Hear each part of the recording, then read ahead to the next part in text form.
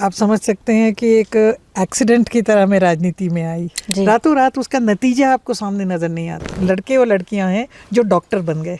सुलूनी में कॉलेज हाँ है। जी। देखिए, जब मैं राजनीति में मैं पहली बार विधायक बनी 1985 में। मेरा चौकीदार है, मैंने उसको बोला मैं तेरे को निकाल दूंगी नौकरी से अगर तूने अपनी बेटी को स्कूल में नहीं डाला। आर्किटेक्चर का कोर्स करना चाहती थी, खास करके लड़कियों की शिक्षा पर था। लगभग हिमाचल प्रदेश में 4000 प्राइमरी स्कूल खोले। ये कहती हूँ और अभी भी कह रही हूँ कि I am proud to be a Chambyal. Shrimati Asha Rani ji की जो वचनबद्धता है वो हमारे पूरे इलाके में भी प्रसिद्ध है।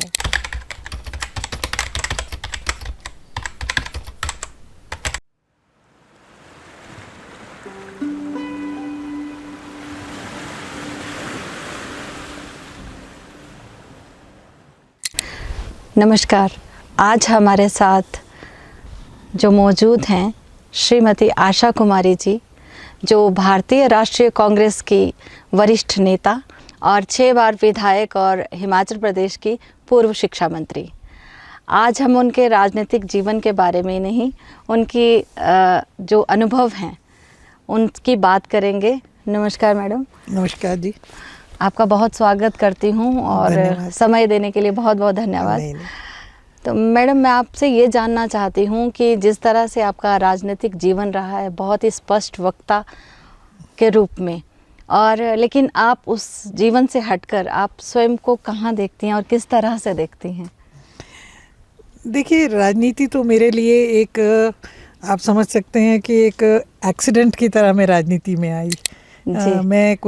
मुझे कोई राजनीति में आने का या राजनीति के प्रति मेरा कोई ज़्यादा रुझान नहीं रहा है। मुझे तो पढ़ाई लिखाई, आर्किटेक्चर, रिलीजन और इन चीज़ों में ज़्यादा दिलचस्पी रही है। मैं जब कॉलेज में पढ़ती थी तो मैं आर्किटेक्चर का कोर्स करना चाहती थी, पर उन दिनों लड़कियों के लिए इतना अपॉर्चुनिटीज़ नहीं थी। तो जैसे लड़कियां बीए एमए करती हैं, तो उसी तरह से हमने भी बीए एमए किया। और राजनीति में मैं एक्सीडेंट से इसलिए बोल रही हूँ कि उस वक्त जब हम कॉलेज में पढ़ते थे तो इमरजेंसी भी लगी। तो उस समय छात्र चुनाव होने बंद हो गए और ऐसा हुआ कि कॉलेज में और यूनिवर्सिटी में जो छात्र संगठन बनते थे, वो जो मेरिट लिस्टर्स होते थे कॉलेज में, जो अपने क्लास में जो मेरिट में आते थे, यानी जो फर्स्ट आते थे, टॉप करते थे, उनको ही प्रेसिडेंट, जनरल सेक्रेटरी वगैरह बनाया जाता था। तो एक दिन मैंने कॉलेज के बोर्ड के ऊपर अपना भी नाम पढ़ा कि मैं कॉलेज की जनरल सेक्रेटरी बन गई। मैं राजनीति की वजह से नहीं, पढ़ाई की वजह से, क्योंकि मैं अपने कॉलेज की टॉपर थी। टॉपर होने के नाते अपने उस ईयर में मैं शायद बीए सेकेंड ईयर में थी तो बीए सेकेंड ईयर में फर्स्ट ईयर में टॉप किया होगा, तो बाय डिफ़ॉल्ट छात्र राजनीति में आ गए।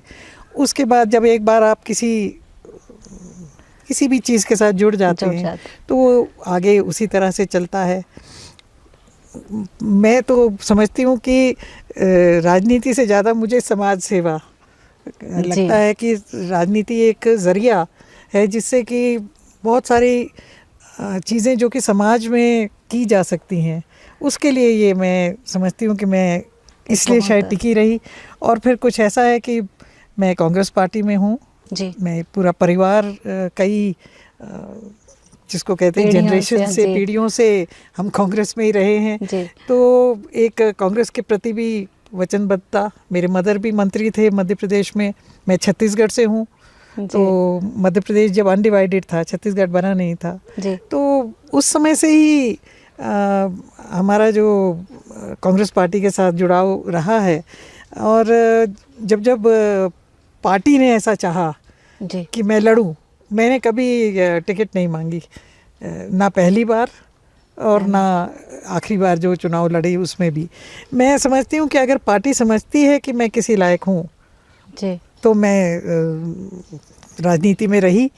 और जहाँ तक स्पष्ट वक्ता का आपने कहा, तो जैसा व्यक्तित्व होता है वैसा ही वक्तव्य भी होता है। मैं नहीं समझती कि समाज में या राजनीति में कोई भी जो जिस तरह का उसका बिहेवियर है, अगर वो अपने मूल बिहेवियर से अलग वो होगा तो ही अलग तरह की बातें करेगा।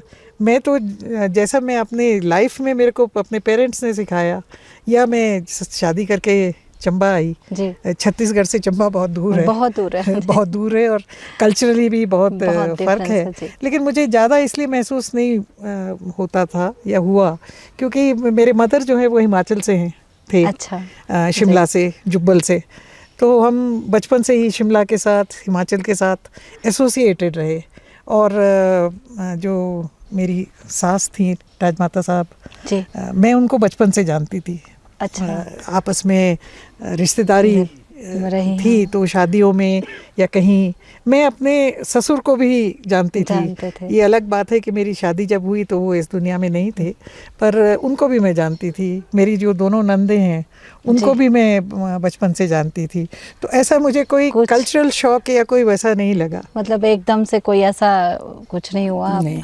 पहले से ही हाँ, सिर्फ भाषा का ज़रूर रहा थोड़ा, क्योंकि हमने थोड़ी बहुत जो पहाड़ी सुनी भी, वो जुब्बल साइड की पहाड़ी है शिमला ज़िले की जो है, उसका चंबा के साथ कोई कंसर्न नहीं है। तो शुरू में चंबियाली मेरे लिए एक बहुत बड़ी समस्या थी, जो कि मुझे आज लगता है कि कोई क्यों थी ऐसा। कोई चंबियाली बहुत एक सरल सी भाषा है।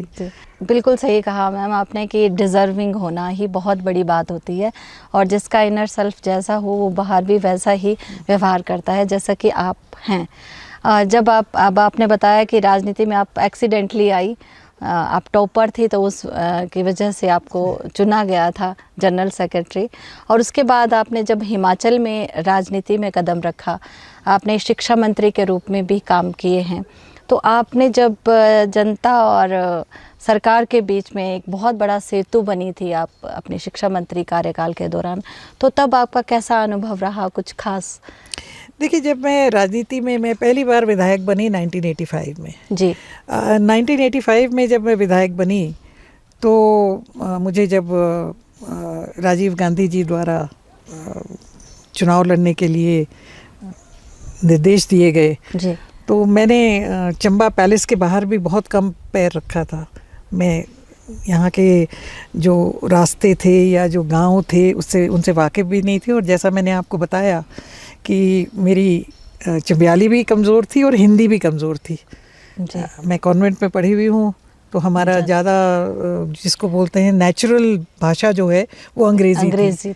हालांकि रिटन हिंदी और हिंदी मध्य प्रदेश में होने की वजह से हमारी बहुत अच्छी थी, लेकिन जो बोलने वाली ही जिसको बोलते हैं स्पोकन हिंदी, वो बड़ी पुअर थी। तो सबसे पहले तो मेरे को ऐसा लगा कि मुझे पूरा इलाका देखना चाहिए। तो हिमगिरी से लेकर के और कटोरी बंगला तक ये चुनाव क्षेत्र था उस वक्त। डिलिमिटेशन के बाद कुछ इलाके कट गए। हिमगिरी का इलाका जुरा में चला गया, निचला इलाका भटियात में चला गया। तो मैंने देखा कि यहाँ सड़कें नहीं हैं, मैंने देखा यहाँ स्कूल नहीं है, मैंने देखा यहाँ बिजली नहीं है। हम कहीं गांव में जाते थे, रेस्ट हाउस में भी, अगर गांव के रेस्ट हाउस में भी रुकते थे तो वॉशरूम भी नहीं थे, उसके लिए भी बाहर जाना पड़ता था। मतलब मूलभूत सुविधाएं मूलभूत ना सुविधाएं थी, ना ही कोई उस तरह की सोच थी। और शिक्षा के प्रति मेरा तो शुरू से ही, क्योंकि मैं समझती हूँ कि जो जहाँ से मेरा मायका है वो भी अपने शिक्षा के प्रति, वो जो राज परिवार जहाँ से मैं आती हूँ वो भी शिक्षा के प्रति बहुत ज़्यादा समर्पित थे। और चंबा का भी मैं देखती हूँ इतिहास, अगर हम देखें तो जगह जगह मैं जाती हूँ, सुंडला, मंजीर या जिन जगहों पे चंबा शहर को छोड़ के 1920, 1918, 1924 के खुले हुए प्राइमरी स्कूल हैं। बिल्कुल। अगर शिक्षा के प्रति उस समय की जो चंबियाल थे, राजा थे, या उनके सारा जो उनका सेटअप था, अगर शिक्षा के प्रति वो नहीं होते, उनकी सोच नहीं होती, तो ऐसा नहीं होता। तो इसलिए मेरे को ऐसा लगा जब मैं गांव में गई, मुझे सबसे ज़्यादा तब वो लगा, एक गांव में एक बालवाड़ी सेंटर खोलना था। और बालवाड़ी सेंटर के लिए उस समय जी। 5वीं पास लड़की चाहिए थी, और पूरी पंचायत में, उस पंचायत में कोई 5वीं पास लड़की नहीं थी। और जब मैंने वहाँ के जो मुख्य व्यक्ति थे, प्रधान थे वहाँ के, जी। मैंने उनको कहा, मैंने कहा तो फिर कहीं और देखते हैं जहाँ 5वीं पास लड़की मिल जाए। बोले नहीं, आप ठहर जाओ, हम कहीं से शादी करके ले आएंगे। तो अच्छा। वो तीसा वाली साइड से शादी करके लाए।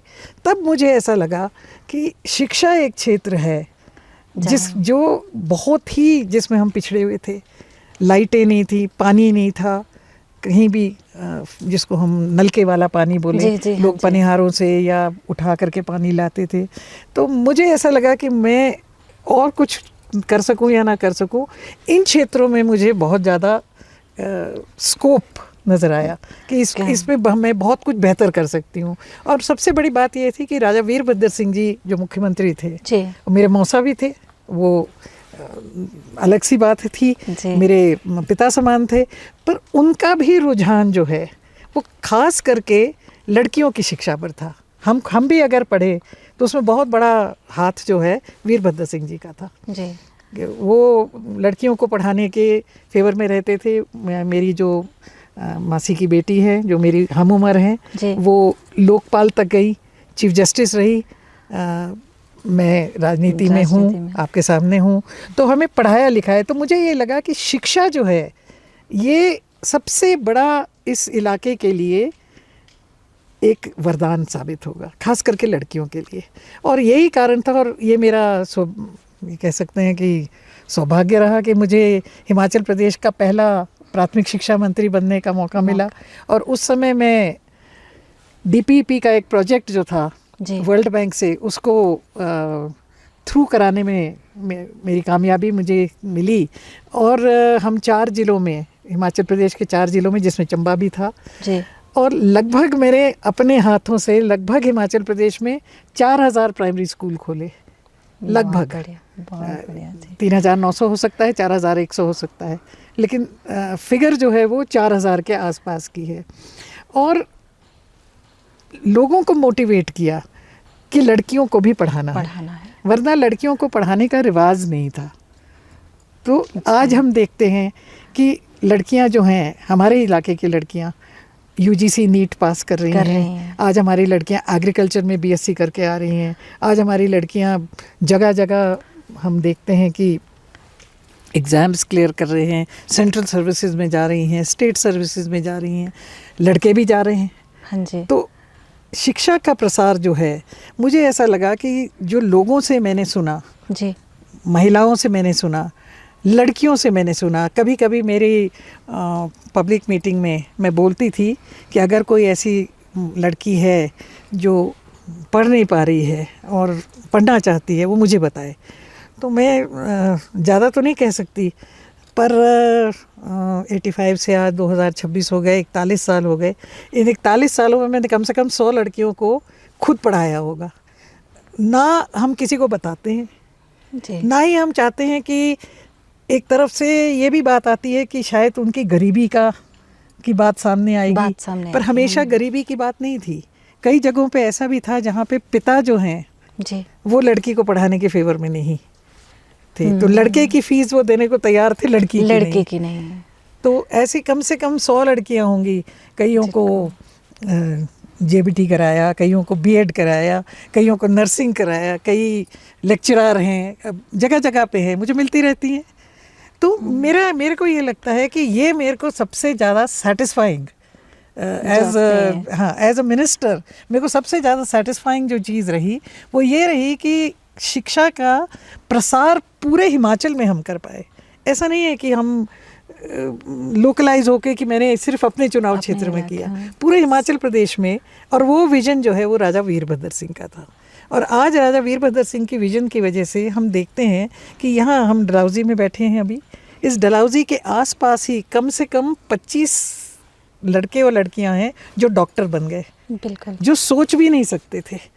क्यों? क्योंकि कॉलेज, DAV कॉलेज खुला, सुलूनी में कॉलेज है, भिलाई में कॉलेज है, तिलका में कॉलेज है, बहुत अलग अलग संस्थान। तो ये चीज़ें जो जब लोगों को हम देने में सफल हुए, तो उसका नतीजा देखिए, ये कुछ चीज़ें ऐसी होती हैं जो रातों रात फल नहीं देती हैं, जी। रातों रात उसका नतीजा आपको सामने नज़र नहीं आता है। पर जो हमने प्राथमिक शिक्षा से शुरू किया था 1995 में, 1995 में मैं प्राइमरी एजुकेशन की मंत्री बनी थी, जी। तो उसके नतीजे आपको आज 20-30 साल बाद दिख रहे हैं, साक्षात नज़र आ रहे हैं। बच्चे जो हैं इंजीनियर, लड़कियां जो हैं जेई लगी हैं, लड़कियां एसडीओ लगी हैं, लड़के भी लगे ही हैं, लड़कियां भी लगी हैं। तो ये पढ़ाई का जो एक माहौल था ये बनाया गया हिमाचल प्रदेश में।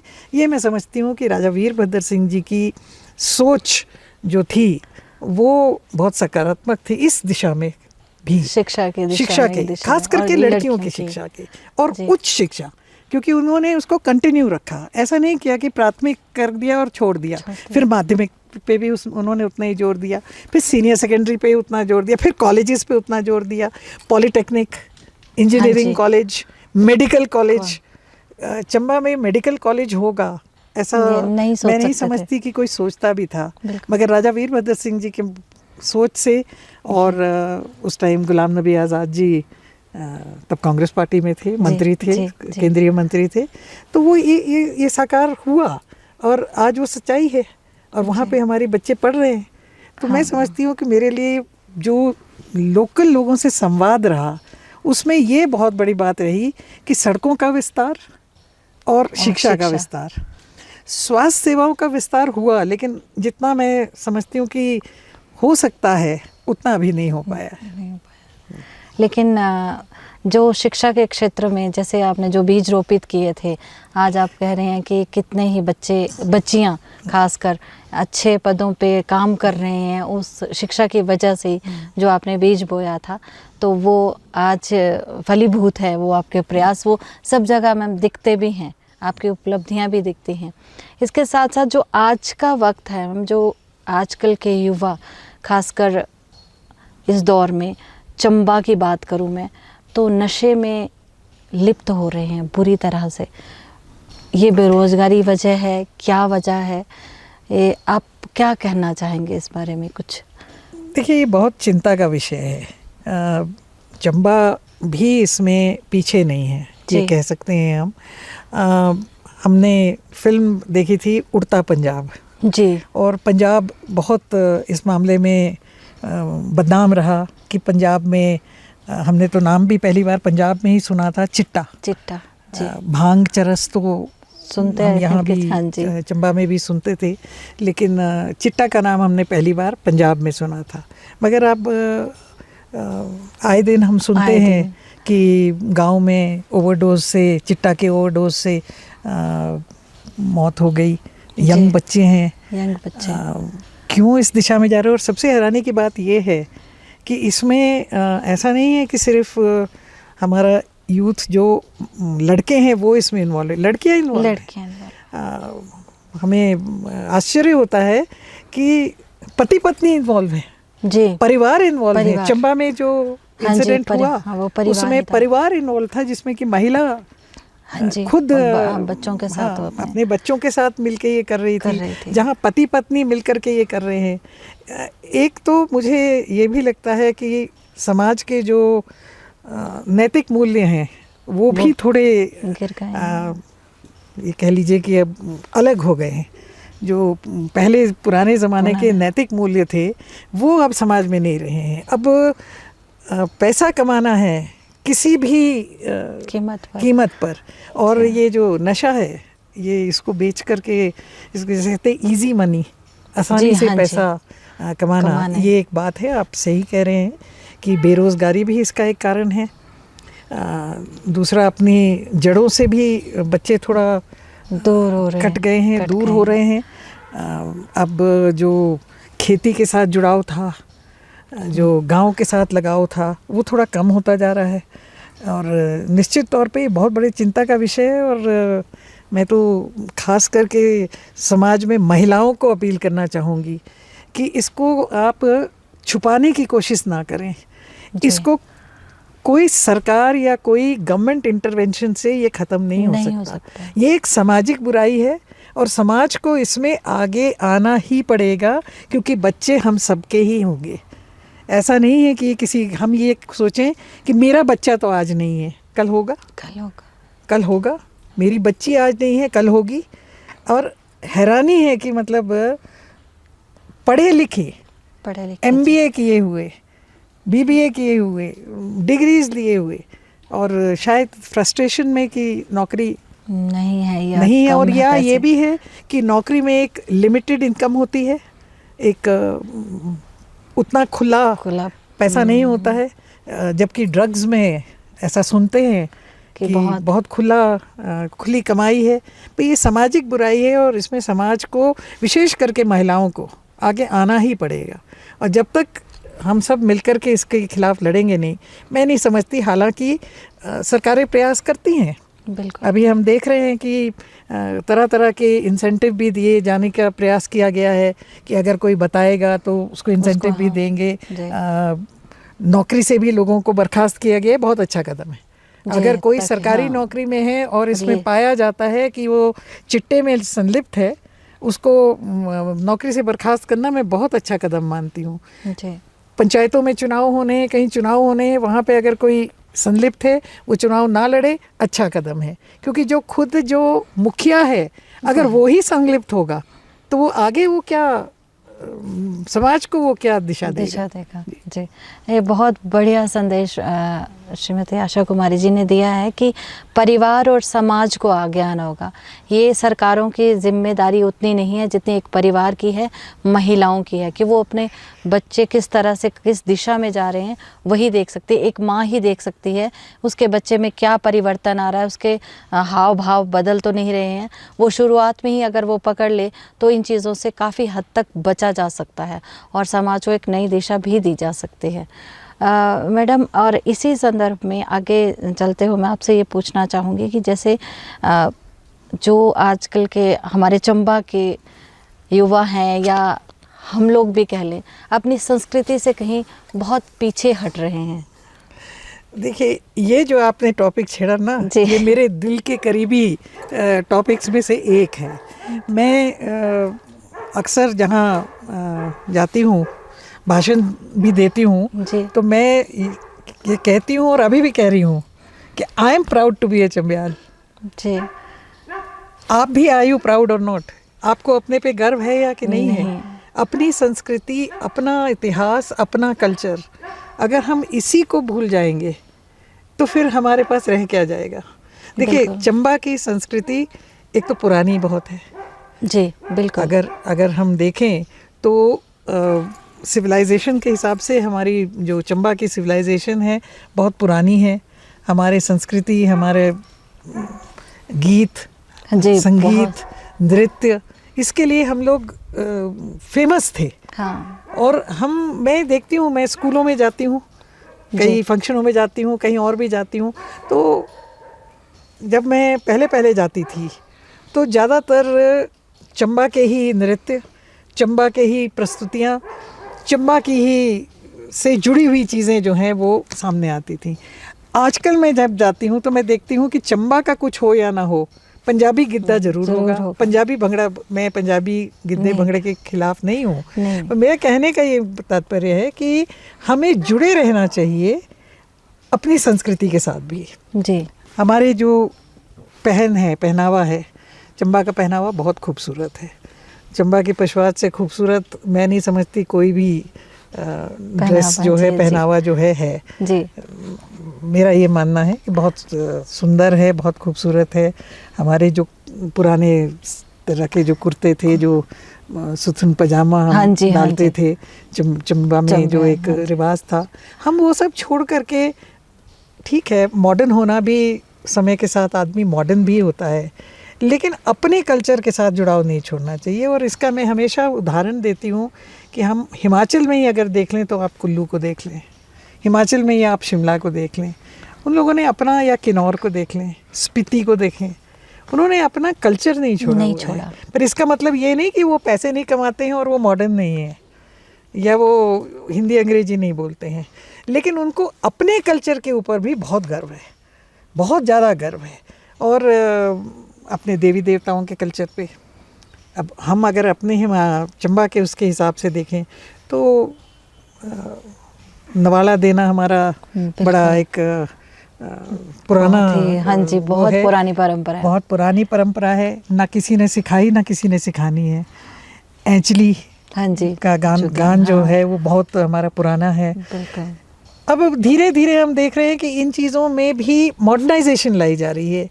ये चीज़ें नहीं है जिनमें हमें मॉडर्नाइजेशन की ज़रूरत है। बिल्कुल। हमें मॉडर्नाइजेशन की ज़रूरत है टेक्निकल साइड पे, हमें मॉडर्नाइजेशन की ज़रूरत है थॉट प्रोसेस पे, जी, हमें जहाँ मॉडर्नाइजेशन की ज़रूरत नहीं है अपने कल्चर पे।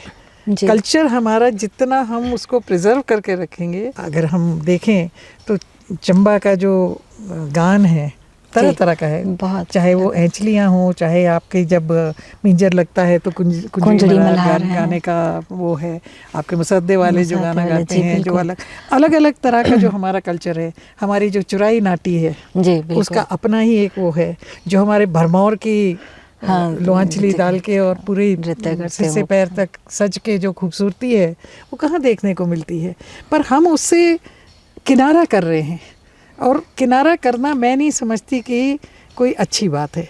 हमें एक मिश्रण करना होगा मॉडर्नाइजेशन और अपने कल्चर के बीच में, और अपने कल्चर को रिवाइव करना होगा। मैं तो जहाँ जाती हूँ मैं बोलती हूँ कि अगर आप गद्दी हैं तो गडियाली बोलो, आप हाँ। पंगवाल हैं आप पंगवाली बोलो, आप चुरा से हैं आप चुराई बोलो, हम चंबियाल हैं हम चंबियाली बोलेंगे।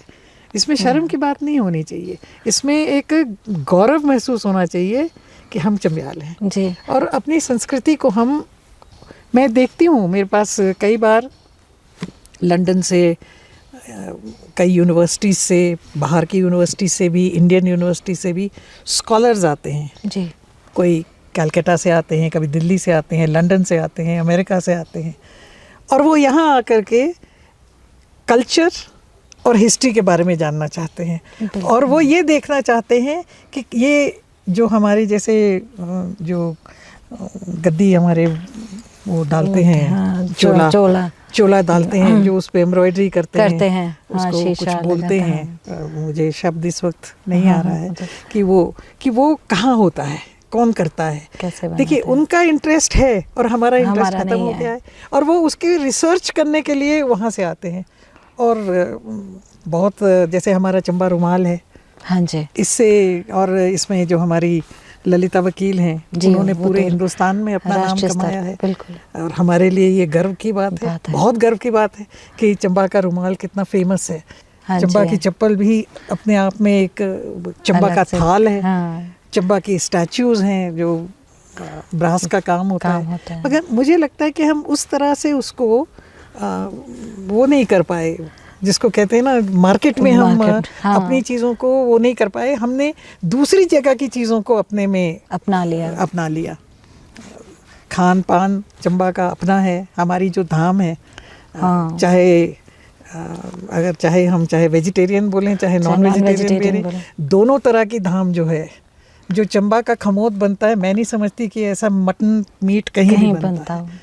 बहुत ही स्वादिष्ट और बहुत ही एक अपना ही उसका वो है। चंबा के बबरू, चंबा के बहुत सारे जो भी आप कह लें, बड़े चंबा के बड़े फेमस हैं, चंबा के बहुत सारी चीज़ें हैं, पर हम उनको छोड़ करके हम मॉडर्नाइजेशन की तरफ ज़्यादा चले गए हैं। तो पर मुझे लगता है कि जो पेरेंट्स हैं उनको भी थोड़ा इसमें जिम्मेवारी के साथ अपने बच्चों को ये समझाना और सिखाना पड़ेगा कि अपनी भाषा बोलने में कोई गंवार नहीं होता है। दूसरी भाषा सीखना जो है वो और अच्छी बात है। कोई अगर एक के बदले 10 भाषा बोलता हो तो वो कोई बुरी बात नहीं है, पर वो 10 भाषा बोलता हो और अपनी भाषा ना बोलता हो तो मैं नहीं समझती कि वो कोई ज़्यादा पढ़ा लिखा आदमी है। मैं छत्तीसगढ़ से हूँ, मेरी शादी को लगभग 50 साल हो रहे हैं, मैं अभी भी छत्तीसगढ़ी बोलती हूँ, तो ये मैं नहीं समझती कि इसमें कोई शर्म की बात है। बिल्कुल, क्योंकि मैम मुझे भी लगता है मैम कि जो कोई भाषा सीखते हैं वो स्किल है, वो आपकी कामयाबी नहीं मापी जा सकती उससे, वो आपका स्किल है, चाहे आप कितनी भी भाषाएं सीख लें। और हमारी विरासत और संस्कृति, जब तक हम उसको विरासत नहीं मानेंगे उस चीज़ को, तो शायद हम उसकी कदर उस तरह से नहीं कर पाएंगे। आपने बहुत ही सुंदर बात बोली कि उसको प्रिजर्व करके रखना, तो प्रिजर्व करना भी हमारी जिम्मेदारी है, चाहे वो खान पान है, वेशभूषा है, भाषा है, संस्कृति है, बहुत कुछ चंबा में ऐसी चीज़ें हैं जो जिनका कोई मिसाल ही नहीं है, वो बेमिसाल हैं। हमारा फ़र्ज़ और जिम्मेदारी बनती है कि हम पहल करें अपने घरों से ही, अपने ही बच्चों को, अपने नाती पोतों को हम बताएं कि हम कितने समृद्ध हैं अपनी संस्कृति में। छोटी सी अगर हम बात ले लें तो सुई माता का मेला होता है जी अब उसको जिला स्तरीय भी कर दिया हुआ है। जी जितना जितना उसका स्तर बढ़ता गया उतना उतना चंबा के लोगों का उसमें पार्टिसिपेशन घटता गया और सरकारी अमला तसला जो है उसमें ज़्यादा नज़र आता है। जो सुई माता का मेला है वो चंबियालों का मेला है।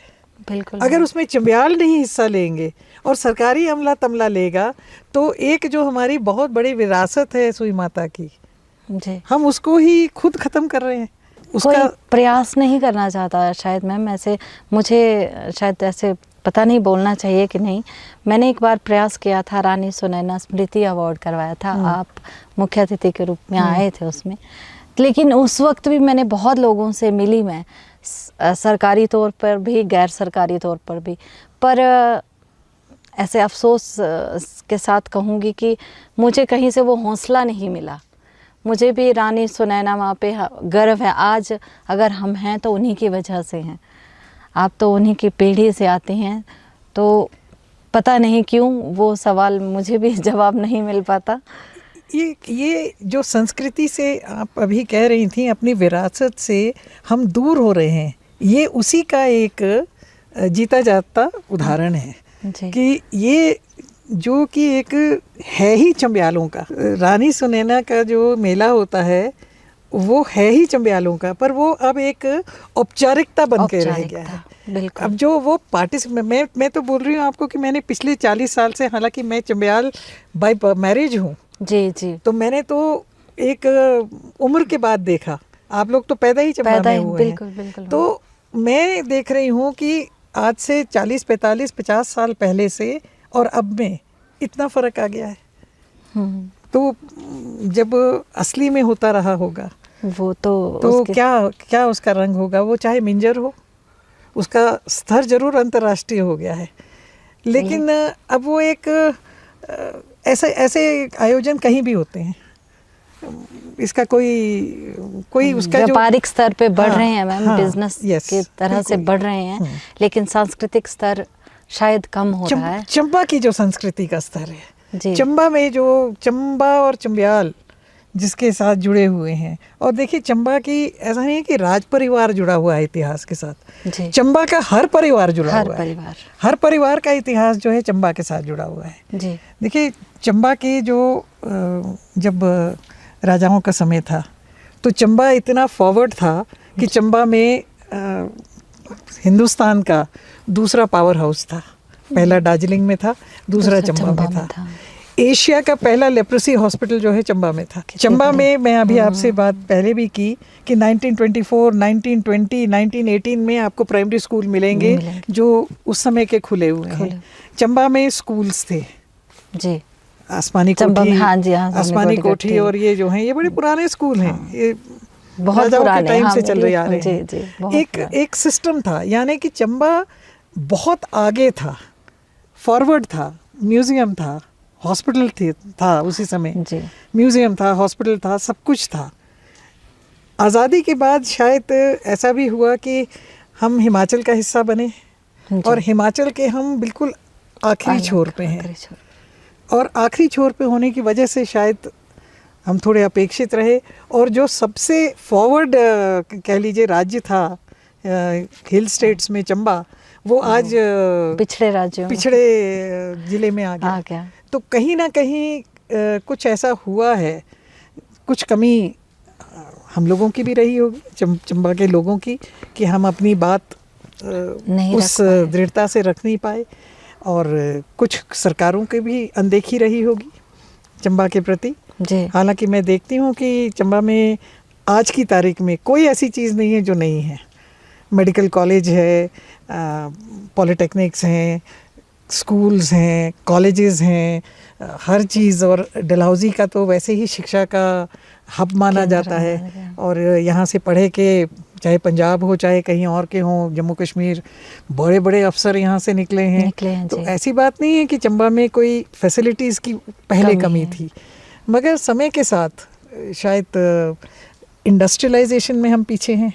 जी हमारे यहाँ रोज़गार के एक हाइड्रो इलेक्ट्रिक प्रोजेक्ट्स को छोड़ के और भी कोई साधन हमारे नहीं। पास कोई रोज़गार का या कोई इंडस्ट्री लगाने का, क्योंकि कोई रेलवे लाइन हमारे नज़दीक नहीं है। हम मेन स्ट्रीम से कट ऑफ हैं। कहीं जी, भी जी। हमारा एरिया जैसे बद्दी बरोटी वाला है, बिल्कुल ही कालका और चंडीगढ़ के साथ जी, लगता है। बिल्कुल। तो हमारे साथ इस तरह का लगता हुआ भी कुछ नहीं है। पंजाब का सारा जो रूरल एरिया कह लीजिए, गांव का एरिया, वही हमारे साथ लगता है। तो वहाँ भी कोई इंडस्ट्रियल ग्रोथ नहीं है। तो एक जहाँ पे हम बहुत पीछे हैं वो है रोज़गार सृजन करने में। जी चंबा में जी हमारे बच्चों को बाहर जाना पड़ता है। बिल्कुल। जो थोड़ा बहुत शिक्षा के क्षेत्र में कोई मास्टर लग गया, कोई वो लग गया, वो अलग बात है, पर वो एक छोटा सा परसेंटेज होती है। पर मैक्सिमम अगर आप देखिए तो बच्चों को या तो बद्दी जाना पड़ता है, नालागढ़ जाना पड़ता है, जलंधर जाना पड़ता है, लुधियाना जाना पड़ता है। यहाँ कुछ नहीं है। हाँ, चंबा में विशेष रूप से। तो चंबा में मेन जो मैं समस्या देखती हूँ, जो जिसकी तरफ आगे आने वाले समय में ध्यान देने की ज़रूरत है, वो है कि कोई रोज़गार के कोई अवसर होने चाहिए। जी जी। इंडस्ट्रियल डेवलपमेंट यहाँ पे बहुत मुश्किल मुझे नज़र आता है। हो सकता है आईटी सेक्टर में, क्योंकि यहाँ पे वातावरण बहुत अच्छा है। टूरिज़्म का एक सेक्टर है, पर उसमें भी हम डिपेंडेंट पंजाब पे हैं। कारण ये है कि पंजाब अपने रोड्स ठीक करता नहीं है, उसका डायरेक्ट नुकसान हमें होता है। दूसरा, हमारे पास एयरपोर्ट नहीं है। एयरपोर्ट हमसे काफ़ी दूर है। तो काफ़ी दूर मतलब नियरेस्ट एयरपोर्ट भी 3 घंटे की दूरी पे है। चंबा से 4 घंटे, डलहौजी से 3 घंटे, गग्गल। तो टूरिज़्म एक इंडस्ट्री है जिसको बढ़ावा दिया जा सकता है। और मैं समझती हूँ कि चंबा में इतनी खूबसूरत जगहें हैं। डलहौजी का तो चलो नाम है, ये तो वर्ल्ड मैप पे है, लेकिन डलहौजी अकेले ही थोड़ी है। आप चंबा के अन्य जगहों पे भी आप देखिए जी, बहुत खूबसूरत, चाहे आप भरमौर में देखिए, चुरा में देखिए, सलूनी में देखिए, कहीं भी आप देखिए। पर वो टूरिस्ट को अट्रैक्ट करने के लिए कुछ ना कुछ हमें करना होगा जी। कुछ ना कुछ, या तो सुविधाएं या कोई आउट ऑफ द बॉक्स जाके, चाहे पैराग्लाइडिंग है, एडवेंचर स्पोर्ट्स हैं, ट्रैकिंग है, कुछ चीज़ों को बढ़ावा सरकार दे सकती है। टूरिज़्म हमारे लिए एक इंडस्ट्री हो सकती है, लेकिन वो भी तब अगर हमारे लोगों को उसमें प्रोत्साहन मिले। जी, मतलब आप जानते हैं कि बिना फाइनेंशियल हेल्प के नहीं हो सकता, इतना आसान नहीं होता है।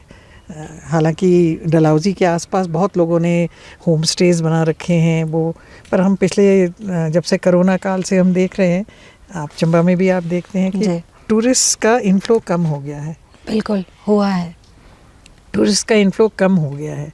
तो अगर हमें टूरिज़्म को बढ़ावा देना है तो उसके लिए हमें कुछ ऐसी चीज़ें करनी होंगी जिससे टूरिस्ट यहाँ रुके।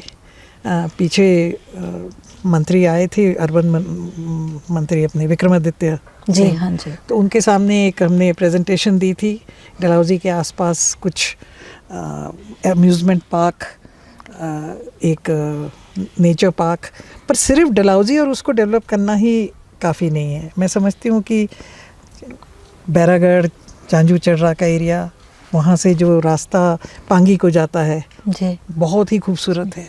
सलूनी वाली साइड में अगर आप देखें तो जो पदरी जोत को जाता है, लंगेरा और भांदल क्यार वैली है, यहाँ पे हम कुछ, पर टूरिस्ट को होल्ड करने के लिए भी कुछ होना चाहिए। जैसे कुल्लू में ट्राउट फिशिंग को बढ़ावा दिया गया, तो हमारी नदियों में कोई कमी नहीं है। जैसे हमारी ऊपर से जो सिउल आ रही है, उधर से बैरा नाला आ रहा है, ये सारे, इसमें सब में ट्राउट फिशिंग को बढ़ावा दिया जा सकता है। और फिशिंग एक बड़ा भारी अट्रैक्शन हो सकता और है। हाँ जी, बिल्कुल हो सकता है। जो चीज़ें हैं उनको ही हम, जो नेचुरल हमारे पास है उसको ही हम एक्सप्लॉइट कर सके, तो मैं समझती हूँ कि लोगों को कुछ नौकरी भी, रोज़गार डायरेक्टली जुड़ा हुआ है लोगों की आर्थिकी से, और आर्थिकी जब बेहतर होगी तो निश्चित तौर पे ये जो नशे वगैरह की तरफ लोगों का रुझान है वो घटेगा।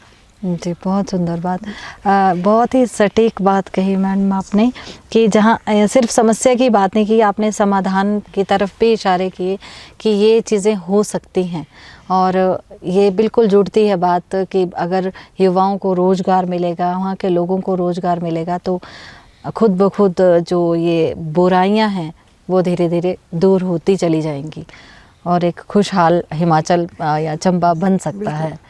मैं इसमें एक और बात कहना चाहूँगी जी। कि ऐसा करने के लिए सबसे ज़रूरी है कि सबके पास क्रिटिसिज्म तो है, बिल्कुल, मगर जैसा आपने कहा कि आपने कुछ कोशिश की किसी भी दिशा में, उसमें लोगों से प्रोत्साहन नहीं मिला। अगर लोग क्रिटिसाइज़ करने के बदले सकारात्मक सुझाव देंगे, जी, तो मुझे लगता है कि इसमें किसी मैं पार्टी वाइज बात नहीं कर रही हूँ, राजनीति की बात नहीं कर रही हूँ, मैं चंबा की बात कर रही हूँ जी, कि अगर चंबियाल सब इकट्ठे हो जाएं तो पार्टी कोई भी हो, बिल्कुल, दिशा जो है सही हो जाएगी। अगर कुल्लू डेवलप हुआ है तो वो इसलिए क्योंकि कुल्लू के और मनाली के लोग सब हाँ जी, एकजुट हैं इस मामले में। अगर शिमला इस तरह से टूरिज्म में डेवलप हुआ है, उसमें उस मामले में भी जी, वहाँ यही के बात है। लोगों के ऐसा ही पालमपुर और धर्मशाला में है। जी, पर चंबा में हम ये देखते हैं कि ये बात अभी तक नहीं लोगों में आई है। नहीं है मैम, ये कहना बड़ा आसान होगा, जैसे मैं आज आपसे बात कर रही हूँ, हो सकता है कई लोग जब आपका पॉडकास्ट आएगा तो कई लोग उस पर उस रिएक्शन देंगे, आप भी तो पावर में थे, आपने क्यों नहीं कर लिया। ये कहना बहुत आसान होता है, लेकिन वो ये नहीं समझते कि जब हम पावर में आए तो यहाँ एक सड़क भी नहीं थी। नहीं, बिल्कुल ठीक, हमने जितना मेरे को बहुत सेटिस्फैक्शन है। मुझे कोई वो नहीं है कि भाई मैं कभी भी दुनिया में एक ज़माना था जब काले रंग का टेलीफोन मुश्किल से चलता था, आज सबकी जेब में 2-2 सिम वाले फ़ोन हैं। तो ये हो सकता है कल सबके हाथ में हो सकता है उससे भी ज़्यादा एडवांसमेंट हो। तो तरक्की की कोई सीमा नहीं होती। तो इसी तरह से सुधार की भी कोई सीमा नहीं होती जी। तो सुधार जो है हेल्दी क्रिटिसिज्म से आता है, criticism for the sake of criticism से नहीं आता है। तो मेरा सब चंबियालों से, सबसे cutting across party lines, cutting across Pangwara, Bharmauri, Churai, Chambial, भटियाल, सब चंबियाल इकट्ठे होकर के चंबा के बारे में सोचे। और मैं यही सोच सकती हूँ कि अगर ऐसा होगा तो वो दिन दूर नहीं है कि चंबा में भी कुछ एम्प्लॉयमेंट की अपॉर्चुनिटीज़ जो हैं वो हम दे पाए। जी, अगर हम अपने सोच की दिशा को बदलेंगे शायद चंबा की दशा बेहतर हो सकती है, जैसा कि आपने कहा। अब मैं आपसे एक बात और पूछना चाहूँगी कि आप जैसे आपने इतना राजनीतिक अपने जीवन में बहुत उत्कृष्ट कार्य किए हैं, मेरे नज़रिए से देखती हूँ, मैं आपको बहुत ज़्यादा देखती रहती हूँ, तो अच्छा लगता है कि एक आपका जो बोलने का लहज़ा है, जब आप अपने बात को बहुत प्रभावी तरीके से रखती हैं, तो वो भी एक औरत होने के नाते मैं कहना चाहूँगी कि बहुत ही मजबूत और बहुत ही अच्छा लगता है। अब आप मुझे ये बताएं कि जब आप ये जो आपका सार्वजनिक जीवन है, इससे आपने कहा कि आप बहुत सेटिस्फाइड हैं आपके कामों को लेकर, लेकिन इसके अलावा अगर आप अपने भविष्य को देखें कि अगर आप अब आने वाले भविष्य की कुछ आपकी योजना है, समाज सेवा से आप तो निरंतर जुड़ी हुई हैं। देखिए, जहाँ तक राजनीति का सवाल है, मैं एक पार्टी का हिस्सा हूँ जी, एक राष्ट्रीय राजनीतिक दल है जी।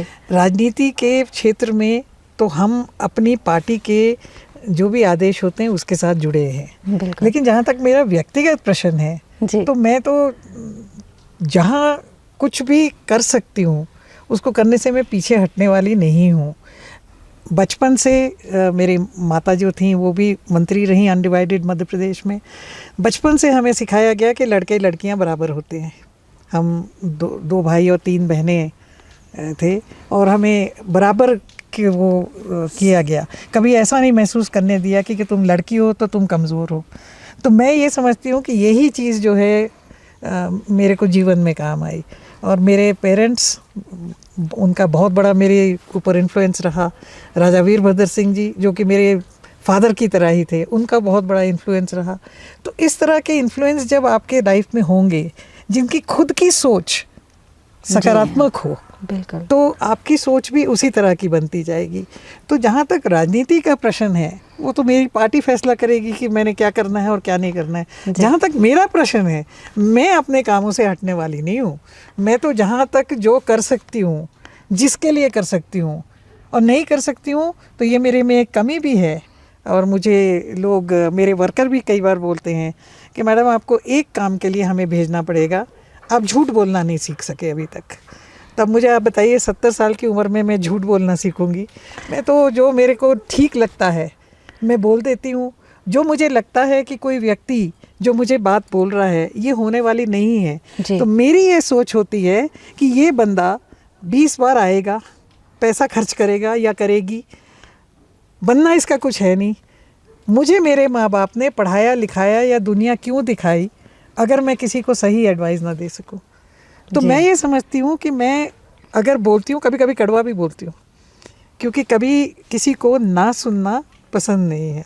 जी। और मैं समझती हूँ कि मैं ना इसलिए बोलती हूँ कि मेरे को ये लगता है ये बंदा पता नहीं कितने हजार रुपए खर्च कर देगा, कभी शिमला दौड़ेगा, कभी चंबा दौड़ेगा, कभी इधर जाएगा, कभी उधर जाएगा, और मैं समझती हूँ कि मैं इसको बता दूँ कि भाई ये तेरा काम होने वाला नहीं है। तो कड़वा भी लगता है, लेकिन समाज सेवा करने के लिए मेरा ये मानना है किसी पद की ज़रूरत नहीं होती है, इच्छा शक्ति की ज़रूरत होती है। तो मेरी इच्छा शक्ति तो मरते दम तक रहेगी कि मेरे से जो हो सकेगा, जिसके लिए हो सकेगा, मैं ज़रूर करूँगी। मैं तो अपने घर में भी जो मेरे पास काम करते हैं, मेरा चौकीदार है, मैंने उसको बोला मैं तेरे को निकाल दूँगी नौकरी से अगर तूने अपनी बेटी को स्कूल में नहीं डाला। तो वो बेटी आज 9th क्लास में पहुँच गई है और उसको पढ़ा रहे हैं हम, जो भी है। तो मेरी तो सोच ही यही है कि बच्चे पढ़ें, बच्चे आगे जाएं, समाज आगे जाए। पर लेकिन हाँ, ये भी मेरी सोच है कि हम अपनी जड़ों से दूर ना जाएं। जड़ें हमारी चंबा में है, जैसा मैंने आपको पहले कहा कि मैं छत्तीसगढ़ से आती हूँ, आज भी छत्तीसगढ़ी बोलती हूँ। मैं भाषण देती हूँ छत्तीसगढ़ी में, ऐसा नहीं है कि सिर्फ बोलती हूँ, मैं भाषण देती हूँ छत्तीसगढ़ी में। चंबा से मैं शादी करके आई हूँ तो चंबा की भाषा भी बोलती हूँ, क्योंकि जिस इलाके में मैं रहती हूँ यहाँ गद्दी बहुल्य है, तो मैं गद्दी भाषा भी समझती हूँ। तो समझना सीखना, जब तक इंसान जिंदा है तब तक आदमी स्टूडेंट है, ऐसा राजा वीरभद्र सिंह जी ने हमें सिखाया। कई बार पूछते थे हमको कि तुम कब तक स्टूडेंट हो थे, और हम बोलते थे जब तक हमने MA किया, जो भी सन होता था हम ले लेते थे ना कि 78 तक हम स्टूडेंट थे। बोले तुम बिल्कुल 79 तक हम स्टूडेंट थे। गलत। वो जिस दिन तक आदमी मरता नहीं है उस दिन तक स्टूडेंट होता है, क्योंकि सीखने का कोई भी उम्र जो अंत है वो तभी होता है जब जिंदगी का अंत होगा। कोई ऐसा पैदा नहीं हुआ है जिसको सब कुछ आता है। तो सीखना और सिखाना, इन दोनों चीज़ों में जो मैं कर सकूँगी मैं तो मरते दम तक करूँगी। जी। तो ये आज जो एक मुलाकात हुई मेरी, बहुत ही एक सुंदर और बहुत ही एक अच्छे नोट पे मैं इसको समाप्त करना चाहूँगी कि जो श्रीमती आशा रानी जी की जो वचनबद्धता है वो हमारे पूरे इलाके में भी प्रसिद्ध है कि ये अगर कमिटमेंट कर देती हैं तो वो हमेशा से निभाती हैं। ये सुनी सुनाई बात नहीं है, हमने देखा भी है। और जो बातें आज मैम ने सटीक तौर पे कही, चाहे वो समस्याओं के बारे में थी, समाधान के बारे में थी, संस्कृति के बारे में थी, अपने को आगे की ओर ले जाने के बारे में जो भी इन्होंने कहा, वो बहुत ही मेरे तो दिल को छू गया है और मुझे बहुत अच्छा लगा। मैं दिल से धन्यवाद करना चाहती हूँ मैम, आपका आपने कीमती समय दिया। धन्यवाद। Thank you.